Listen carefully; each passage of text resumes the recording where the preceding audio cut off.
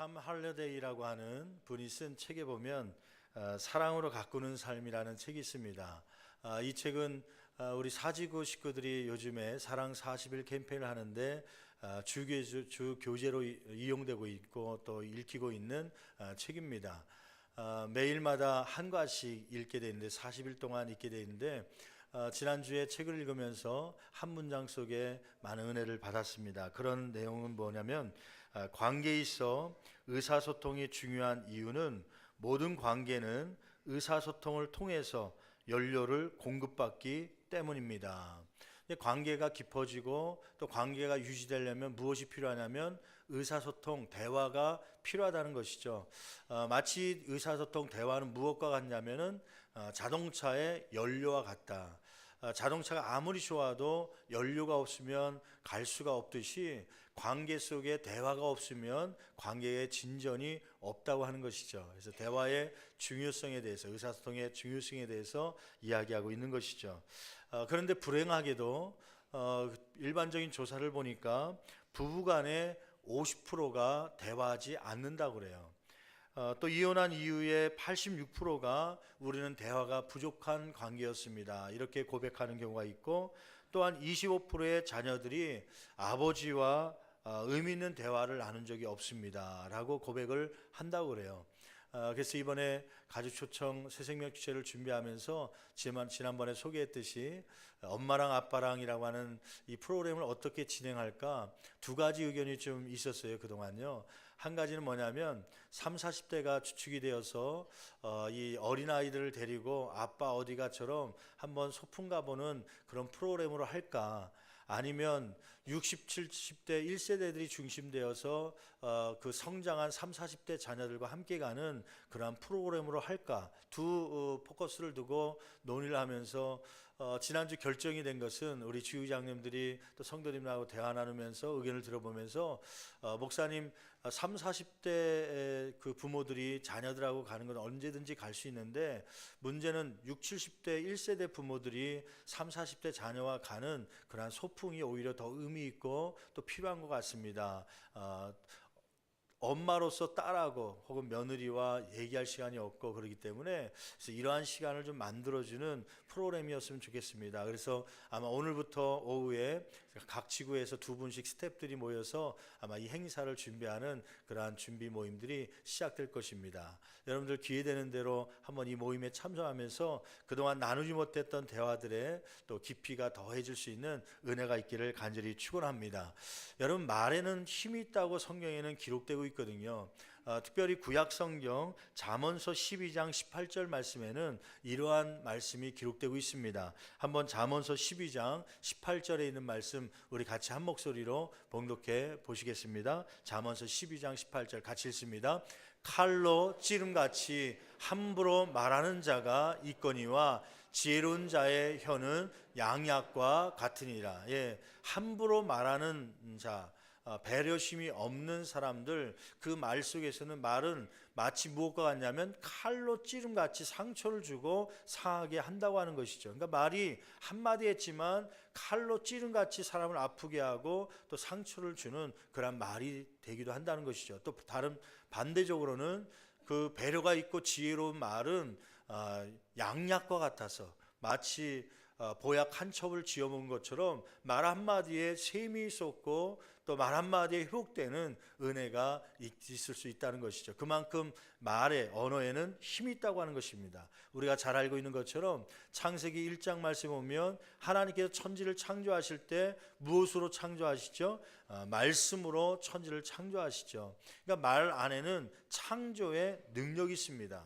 그래서 신약 성경 야고보서에 가보니까 지난번에 우리가 야고보서 강해를 하면서 배웠듯이 야고보서 3장 2절에서 6절 말씀을 보면 이 말의 힘에, 언어의 힘에는 어떠한 힘이 있는지 비유를 통해서 말씀하고 있는데 크게 두 가지를 이야기합니다. 첫째는 뭐냐면 배의 키와 같다. 여러분, 배의 키 보셨습니까? 농어촌 선교를 가면서 한 번은 배를 탔는데요. 그 위아래층을 왔다 갔다 하면서 그 목포에서 배가 새롭게 이제 만들어져서 처음 배를 띄우는 거라래요. 금일도로 들어가는 배를 탔는데 그 배를 타는데 자동차가 막 30대 40대가 대형 버스가 막 들어가기도 하고 적재해 갖고 이렇게 가는 게 너무 신기하더라고요. 그래서 그 배를 구경하고 있는데 맨 위층에 갔더니 문이 조금 삐끗이 열린 그 방 같은 것이 하나, 사무실 같은 것이 있더라고요. 그래서 그곳은 뭐 하는 곳인가 얼굴 내밀고 들어봤더니 거기에 누가 있냐면 선장이 있더라고요. 선장이 있고 앞에 모니터들이 막 있고요. 막 여러 가지 무전 소리가 나고 막 그러면서 운행하는. 그래서 저는 자동차 운전하는 것은 많이 봤고 또 가끔 항공기를 탈 때 그 앞자리로 들어가면서 그 항공기 안에 모양을 많이 봤는데 배 선장이 있는 그 사무실 같은데 선실은 들어가 보질 못해 갖고요. 그래서 무례인 줄 알지만 한번 안 될 줄 알고 물어봤죠. 혹시 저 배를 처음 타서 여기를 구경하고 싶은데 좀 들어가도 될까요? 그랬더니요. 그 선장이 그러는 거예요. 마침 오늘 목포에서 처음 이렇게 배가 만들어져서 철ung을 운항하는데 기념이니까 들어오십시오 그러는 거예요. 그래서 저만 들어간 게 아니라 우리 한석정 지사님도 들어오라고 그러고 이진 사모도 들어오라고 그랬어요. 그 선장실에 들어갔어요. 그때 들어갔더니 혹시 커피 마실래요? 그러더라고요. 커피 따라 주시기도 하고 재밌는 게 막 그 모니터에서 그 항로가 막 모니터에서 나오는데 텔레비전 보듯이 밑에 뭐 물고기 있는 것도 보이고 암초 있는 것도 보이고 항로가 있어서 또 자동으로 항로 따라서 갈 수도 있고요. 근데 난 그렇게 큰 배는 키가 더 큰 줄 알았거든요. 보통 우리가 성화나 그림 같은 거 보면 이렇게 선장이 키를 잡고 이렇게 돌리는데 이만한 그 키를 가지고 돌리잖아요. 조그만 배도 그 정도면 큰 배는 더 크겠다 생각했는데 선장이 뭘 까딱까딱 장난 놀고 있어서 보니까 자동차 핸들 정도만한 크기의 키를 가지고 이렇게 돌리고 있더라고요.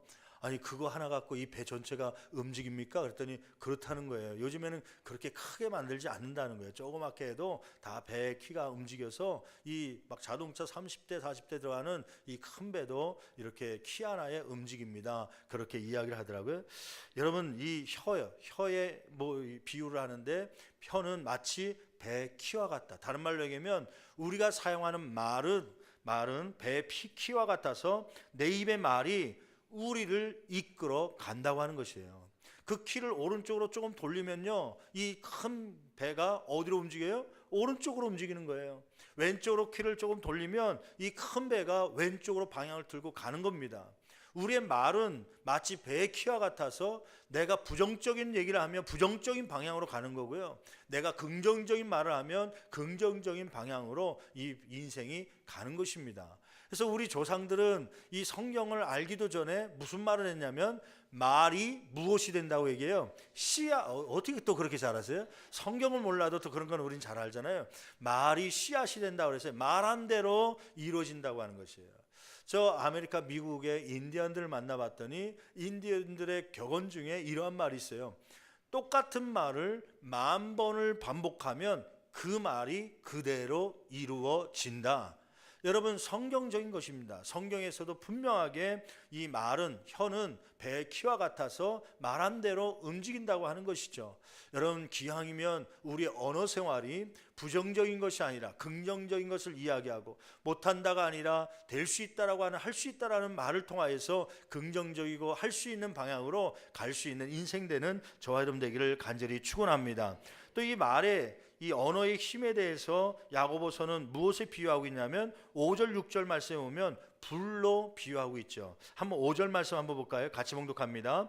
이와 같이 혀도 작은 지체로 돼 큰 것을 자랑하도다. 보라 얼마나 작은 불이 얼마나 많은 나무를 태우는가. 6절 혀는 곧 불이요 불의의 세계라. 혀는 우리 지체 중에서 온몸을 더럽히고 삶의 수레바퀴를 불사르나니 그 사르는 것이 지옥불에서 나느니라.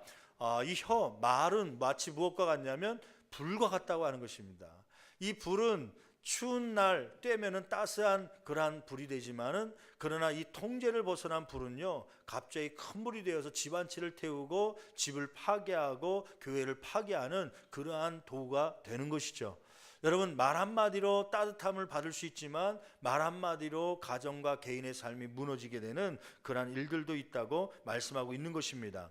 여러분, 둘째로 그러면 이렇게 언어의 힘이 있음을 우리가 살펴보았는데 어떠한 언어 생활을 하는 것이 좋겠습니까? 성경은 이 언어 생활을 어떻게 하기를 원하고 말씀하고 있습니까? 여러분, 첫째는 에베소 4장 15절 오늘 본문 말씀인데 사랑 안에서 참된 말을 해야 된다고 말씀하고 있습니다. 여러분, 에베소 4장 15절 말씀 같이 한 목소리로 봉독합니다. 오직 사랑 안에서 참된 것을 하여 범사에 누구에게 자랄지라 그에게 자랄지라. 그는 누굽니까? 그는 머리니 곧 그리스도라. 예수 그리스도의 장성한 분량까지 성장해야 되는데 그러기 위해서 먼저 해야 될 것은 사랑 안에서 어떤 말을 해야 된다는 거예요? 참된 말을 해야 된다는 것이에요. 에베소 4장 15절 거기 말씀 보면 사랑 안에서 참된 것을 하여라, 참된 것이라고 이야기하고 있는데 원어적으로 풀이하면 참된 말을 이야기합니다. 그래서 영어 표현은 잘 돼 있어요. Speaking the truth in love, 사랑 안에서 진리를 말해라, 그렇게 돼 있습니다. 여러분, 진리라는 게 뭐예요? 참된 말이라는 게 무엇입니까? 주로 진리 그러면 우리는 어떤 복음, 성경적인 것 거기에만 매일 때가 있어요. 그러면 성경적인 것을 이야기하는 것입니까? 더 이 true, 진리가 무엇인지에 대해서 살펴보기 위해서 여러분 또 한 구절을 좀 찾아보는데 이 단어, 똑같은 단어가 쓰여진 곳 고린도전서 13장 6절 말씀 볼까요? 고린도전서 13장 6절에 있는 말씀 우리 같이, 고린도전서 13장은 사랑장인데 사랑의 여러 가지 정의를 내리면서 6절 말씀은 이렇게 정의하고 있습니다. 13장 6절 같이 한 목소리 봉독합니다. 불의를 기뻐하지 아니하며 진리와 함께 뭐하고요? 기뻐하고. 여기에서 진리라는 말이야. 아까 그 참된 건 얘기할 때 그 더 true라는 말이 여기에서도 사용하고 있는데 이 진리가 무엇인지를 알려면 그 바로 앞에 나와 있는 그 6절 처음 부분에 쓰여 있는 진리와 반대적인 말을 살펴보면 더 빨리 찾을 수 있죠. 진리와 반대적인 말이 뭐예요? 무엇을 기뻐하지 않는다는 거예요? 사랑은요, 불의를 기뻐하지 않는다. 진리와 반대적인 말로 불의를 사용했습니다. 불의라고 하는 단어를 찾아보니까 아디키아라는 단어인데 이 뜻은 뭐냐면 하나님의 규범과 판단에 어긋나는 행위. 그러니까 하나님의 가치관과 하나님이 판단하는 생각에 어긋나는 행위가 불입니다. 다른 말로 얘기하면 하나님이 기뻐하지 못할 일이 바로 불입니다. 그러면 거꾸로 불의와 반대말이 진리라고 그랬는데 그럼 진리는 무슨 뜻입니까? 하나님의 규범과 판단에 맞는 행위입니다. 하나님이 좋아할 만한, 그래서 다른 말로 얘기하면 하나님이 기뻐하실 만한 그러한 말과 행위가 바로 이 진리라고 하는 것이죠. 너희는 사랑 안에서 진리를 말해라, 참된 것을 말하라. 그 진리라고 하는 것은 누가 기뻐할 만한 행위를 얘기하는 거예요? 하나님이 기뻐할 만한. 어떤 사람은 자기의 양심을 기준 삼아서 진리를 삼고 내 양심, 내 경험에 따라서 기준이 되어서 이렇게 해야 된다, 저렇게 해야 된다. 그것이 진리가 된 사람이 있어요. 어떤 사람은 민족의 풍속이 진리가 된 사람이 있어요. 우리 민족은 이렇게 살아왔기 때문에 이렇게 해야 된다. 아니요, 성경은 그 진리를, 그 기준을 둘 때 누구를 기준으로 두냐면 하나님을 기준을 두고 하나님이 기뻐하시는 말, 그것이 바로 진리, 참된 말이라고 말씀하고 있는 것이죠. 여러분, 이 참된 말을 말할 수 있는 저와 여러분 되기를 간절히 축원합니다. 왜냐하면 내가 만약에 누군가를 사랑한다면 그 사람에게 하나님이 기뻐하실 만한 일을 말해줘야 됩니다. 더 구체적으로 얘기하면 내가 사랑하는 사람이 있는데 그 사람이 하나님이 기뻐하지 못할 일을 하고 있다면 여러분, 진짜 그 사람을 사랑한다면 무엇을 얘기해 줘야 되는 거예요? 참된 말을 얘기해 줘야 됩니다. 그 참된 말은 내 경험이나 내 민족의 풍습에서 나온 것이 아니라 누가 기뻐할 만한 일이에요? 하나님이 기뻐할 만한 말, 행위를 그 사람의 무엇이 진리인지를 알려주는 것, 그것이 바로 사랑 안에서 참된 말을 하는 것이죠. 근데 이 사랑 안에서 참된 말을 해야 된다는 게 쉽지 않습니다. 두 가지를 다 겸비해야 되는데요. 어떤 분은 사랑이 없이 참된 말만 하는 사람들이 있어요. 흔히들 그런 말을 하죠. 저 사람은 참 맞는 말은 하긴 하는데 너무 말이 세. 그렇게 평가받는 분들이 있어요. 저 사람 너무 지적질만 잘해. 그렇게 평가받는 사람들이 있어요. 왜 그러냐면 무엇이 빠졌기 때문에 그래요. 사랑이 빠진 상태로 참된 말만 하기 때문에 그래요. 그 말씀 자체는 맞아요. 근데 그 말을 할 때마다 사람들이 상처를 받는 거예요. 그 말을 할 때마다 사람들이 마음이 상하게 되는 거예요. 왜냐하면 무엇이 빠졌기 때문에 그래요. 사랑이 빠졌기 때문에 그래요. 제가 가끔 소개하는 분이 하나 있죠. 제가 펠로십 교회를 담임하고 있을 때, 미국에서 목회할 때, 제가 그때는 이제 담임하기 전에 부사역자로 한 2년 동안 있었거든요. 그때 그 교회에 권사님 한 분이 계셨어요. 실명은 되지 않지만 전 권사님이라는 분이 계셨었는데, 이분은 그 당시 한 75세 좀 넘으셨어요. 근데 어느 학교를 나왔냐면 이화여자대학교를 나오셨습니다. 그러니까 나이가 그 정도인데 이화여자대학교를 졸업했다는 것은 대단히 엘리트 아닙니까? 거기다가 시인이셨는데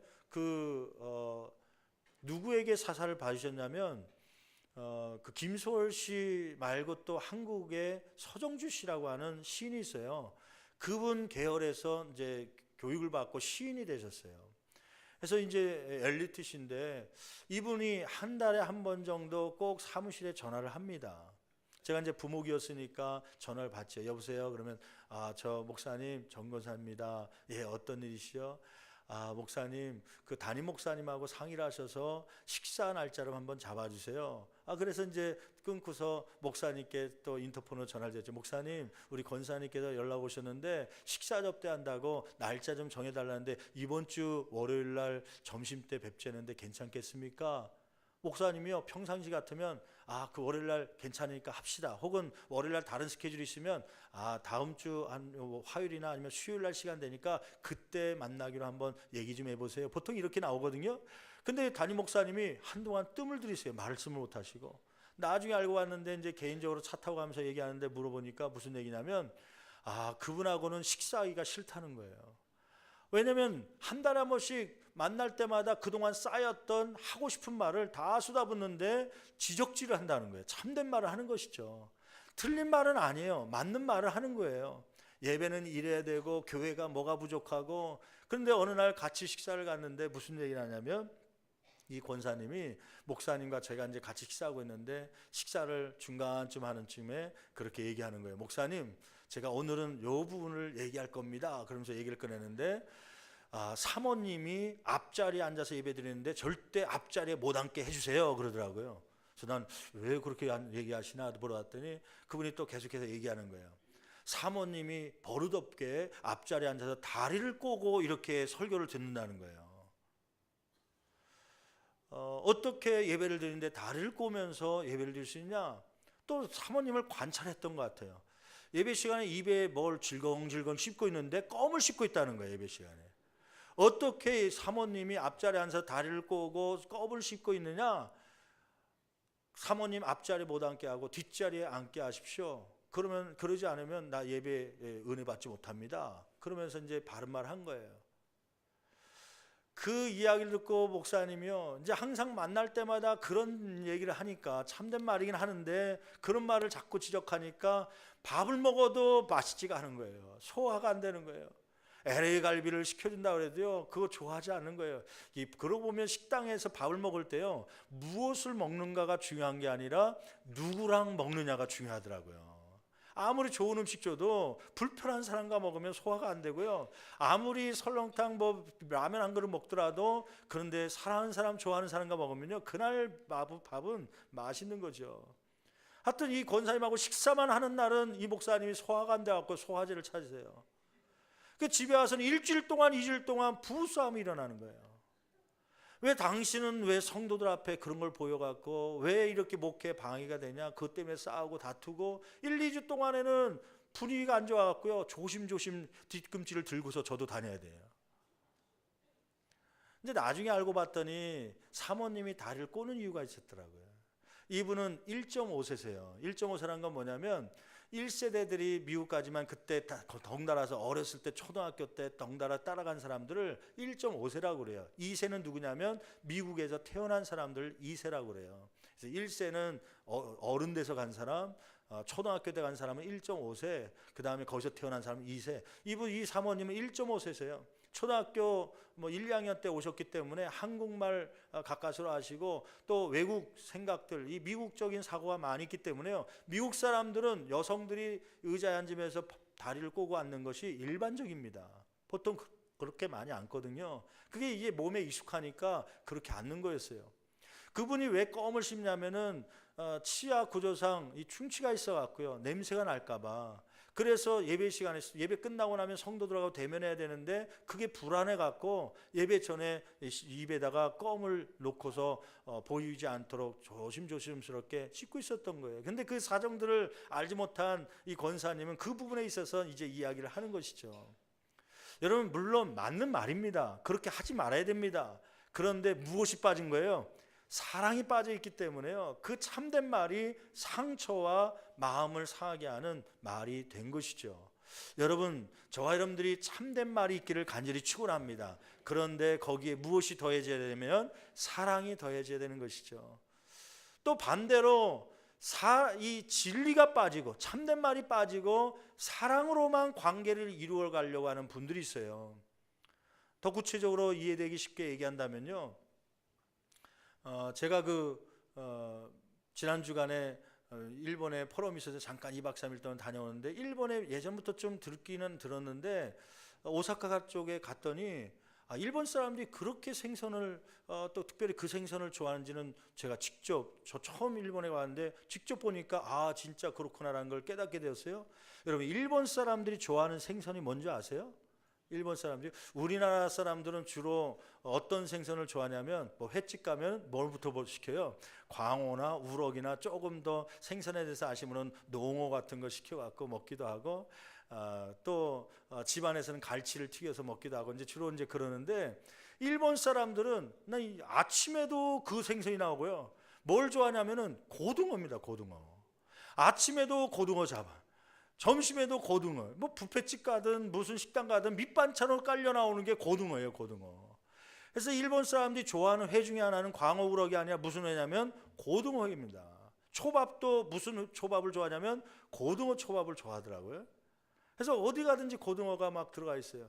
저도 어느 날은 일본 사람들이 워낙 고등어를 좋아한다고 그래서 도대체 이게 무슨 맛일까? 좀 고등어 조림 같은 거 먹을 수 있겠지만은 생으로 먹는다고 그래갖고 한번 저도 먹어봤죠. 근데 비린내가 좀 많이 나는데, 그래도 일본 사람, 섬 사람들이라 회를 좋아하는데 이 물고기를 좋아하는 이유는 때로는 비린내가 좀 나야 그게 진짜 회라고, 그걸 좋아하는 분들이 많더라고요. 고등어에서 소고기 맛이 나면 그거 잘 안 먹겠죠. 물론 소고기 맛이 나니까 먹을지 모르겠지만 아무튼 고등어를 좋아하더라고요.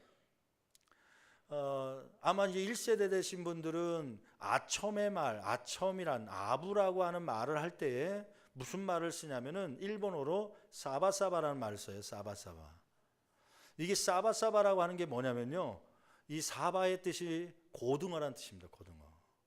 그래서 우리나라 현재 사회에서는 뭘 거래를 할 때, 아부를 할 때 뭘 집어넣으라고 그래요? 야, 봉투 있어야 된다. 봉투 집어넣어라 그러잖아요.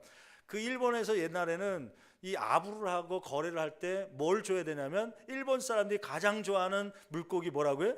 고등어. 야, 사바를 넣어라. 근데 한 마리 갖고는 안 돼요. 몇 마리? 2마리. 그래서 사바 해봐라. 그게 이게 고등어를 2마리를 주라는 얘기거든요.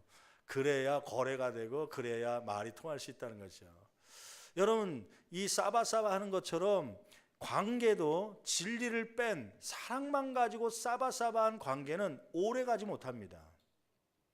때로는 그 사람이 하나님이 기뻐하지 못할 일을 할 때에 하나님이 기뻐하시는 일이 뭔지 참된 말을 해줄 수 있는 진리가 함께 섞여 있는 사랑과 진리의 말을 해줘야, 그래야 그 관계가 깊어지고 더 좋아지는 것이죠. 여러분, 이 사랑만 가지고는요, 겉핥기식 관계만 이루어집니다. 근데 많은 분들이 왜 이 진리를 말하지 못하는가? 사랑으로만 그냥 그 귀에 듣기 좋은 말만 하고 왜 지내는가? 왜 그런 것 같아요? 이 진리의 말을, 하나님 기뻐하실 말을 저 사람에게 하면 저 사람으로부터 거부를 당할까 봐, 혹시 기분 나쁘게 생각하고 바른 말을 또 다른 말을 한다든지 욕을 한다든지, 혹은 말을 하는 중에 뛰쳐나갈까 봐, 그래서 그 거부당하는 것이 두려워서 때로는 우리는 그 해야 될 말을 못하고, 교회 안에서도 같은 구역 식구들 관계를 하면서도 에이 저 사람한테 괜히 말했다가 관계가 더 어긋날 수도 있고 거부당할 수 있으니까 그냥 좋은 말만 하고 가자, 안녕하세요, 고맙습니다, 예쁘게 생겼네, 요 말만 하고 지나가면 그 관계는 더 이상 깊어질 수가 없는 거예요. 그래서 교회 안에 같은 지체가 되고 가정 안에 가족이 되고 부부가 되고 자녀가 되기 위해서는 무엇이 필요하냐면 사랑과 함께 진리의 말이 필요합니다.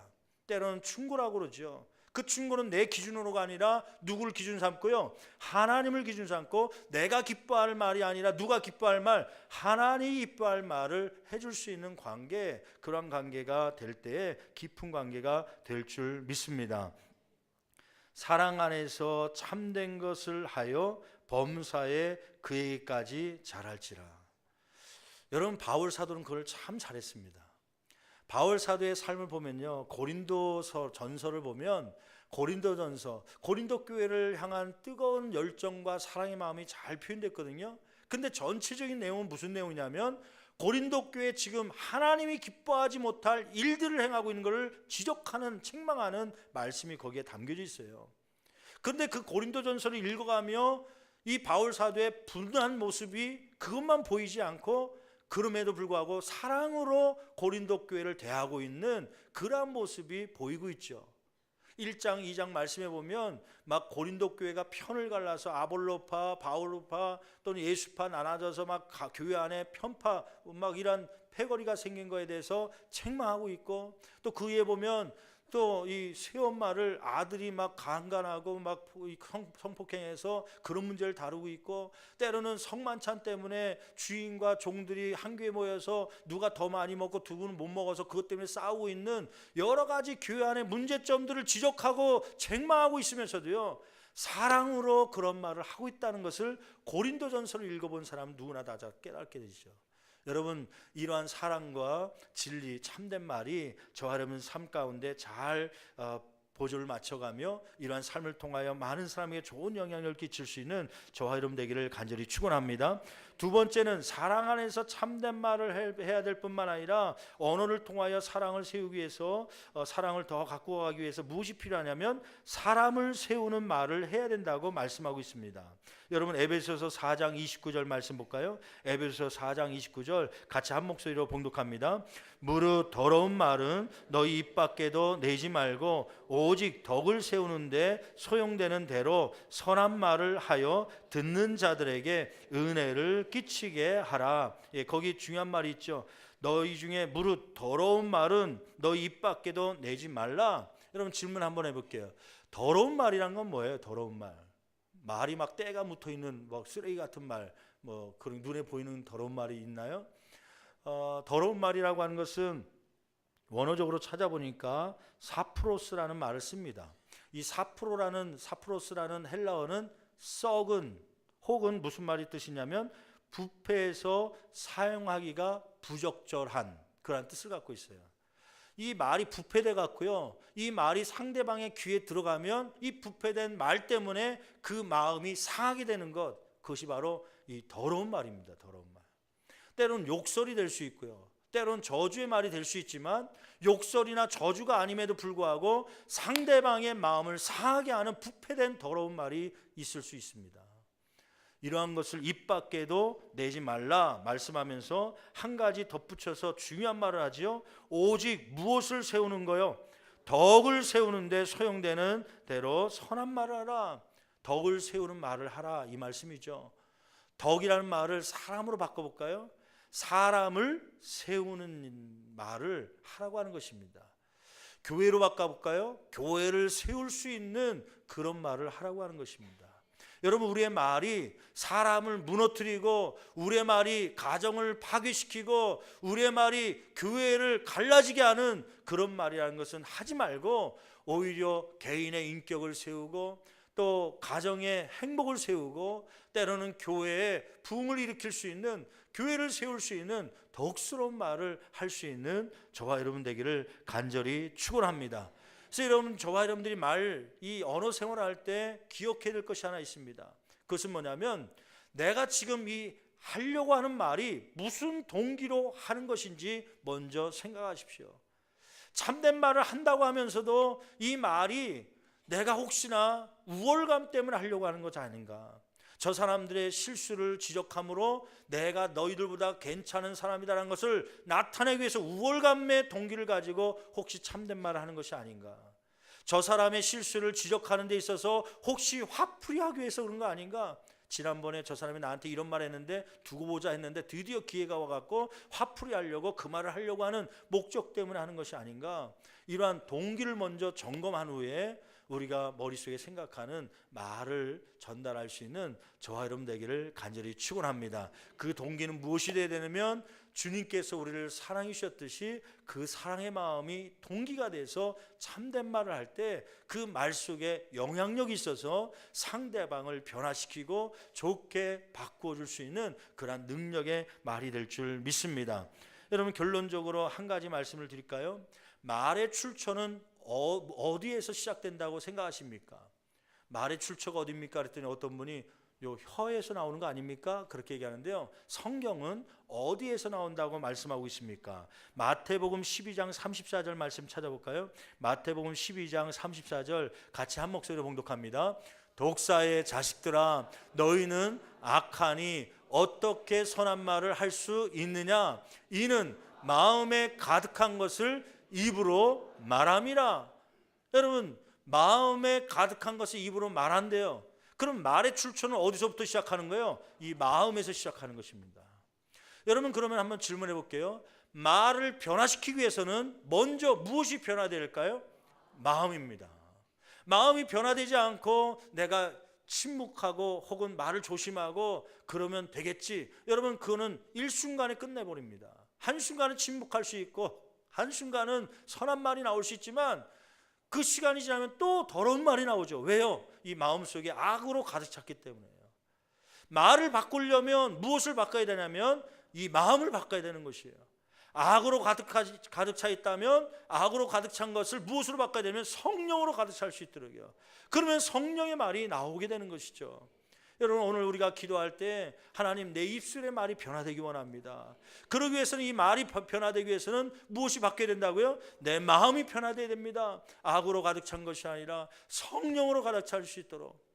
여러분, 우리가 기도할 때 성령이 우리 가운데 오시옵소서, 이 기도가 있기를 원하는데요. 근데 어떤 사람들은 이 성령을 초청하고 구하는데 성령을 왜 받으려고 그럽니까? 그랬더니 방언하려고 그럽니다. 혹은 신유의 은사를 받으려고 합니다. 이런 은사적인 면에만 얘기하는데요. 물론 그렇게 해야 됩니다. 그런데 더 중요한 것은 이러한 성령이 내 가운데 오심으로 인해서 내 언어가 바뀔 수 있도록 그것을 위해서 기도할 수 있는 저와 여러분 되기를 간절히 축원합니다.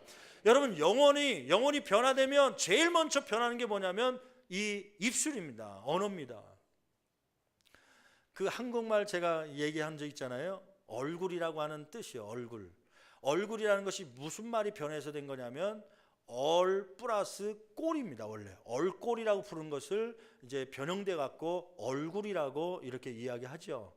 근데 원래 얼꼴인데 그 뜻이 뭐냐면 얼이라는 것은 영혼을 얘기합니다. 한국에 얼이 있다 뭐 그럴 때 얼은 영혼을 얘기하는 거고, 꼴은 뭐예요? 순수한 한국말로 꼴값판에 그게 뭐예요? 모양을 얘기하는 겁니다. 모양. 그래서 얼굴은 무엇의 모양이 나타나는 곳이에요? 영혼의 모양이 나타나는 것이 얼굴입니다. 그래서 링컨이 얘기한 얘기가 잘못된 게 아니에요. 링컨이 40세가 되면 자기 얼굴에 책임져야 된다고 그러잖아요. 왜냐하면 그동안의 영혼의 상태가 얼굴로 나오기 때문에요. 그래서 얼굴을 보면 그 마음의 상태를 대충 알 수 있는 것이죠. 그래서 얼굴 상태를 보면 저 사람이 오늘 기분이 좋다 안 좋다 알아요, 몰라요? 알 수 있어요. 저 사람 얼굴이 화난 거 보니까 뭔가 좋은 일이 있나 보다. 뭐 복권에 당첨됐어? 그렇게 물어보는 이유가 얼굴에 그게 표현되기 때문에 그래요. 그런데 영혼의 상태가 모양으로 나타날 수 있지만 표현되는 장소가 있습니다. 그것은 뭐냐면 입입니다. 얼굴이 말이에요. 언어 생활이에요. 어떠한 말을 하냐에 따라서 그 말이 영혼의 상태를 표현하는 것입니다. 그게 중요한 것이죠, 말이요. 그래서 영혼이 변화되면 제일 먼저 변하는 것이 어디냐면 언어입니다. 언어예요. 그래서 사도행전 2장 말씀에 보면 제자들이 다락방에 모여서 막 전혀 기도에 힘썼더니 급하고 강한 바람 같은 또 불의 혀같이 갈라지는 무엇을 받아요? 성령을 충만함을 받잖아요. 그들이 성령 충만해서 첫 번째 변화된 것이 무엇입니까? 새 방언입니다. 새 방언이요. 입술이 변화되기 시작한 거예요. 여러분, 입술 언어는 이 마음 상태, 영혼의 변화의 첫 번째 나타나는 표현 방법입니다. 여러분, 그리함으로 이번 주간에 혹시나 아직도 변화되지 못한 옛 구습의 거친 말들이 있고 사랑 안에서 참된 것을 말해야 되는데 사랑을 배제하고 참된 것을 말해서 자꾸 상처를 주고 상하게 하는 내 습성이 있다면 이 언어 생활이 바뀌기 위해서 무엇이 우리 가운데 오시길 위해 기도해야 돼요? 성령님, 이 시간에 나에게 내주하여 주시고 성령의 불이 떨어짐으로 인하여서 내 입술 언어 생활이 바뀔 수 있도록 주여 축복하여 달라고 기도할 수 있는 저와 여러분 되기를 간절히 축원합니다. 축원합니다.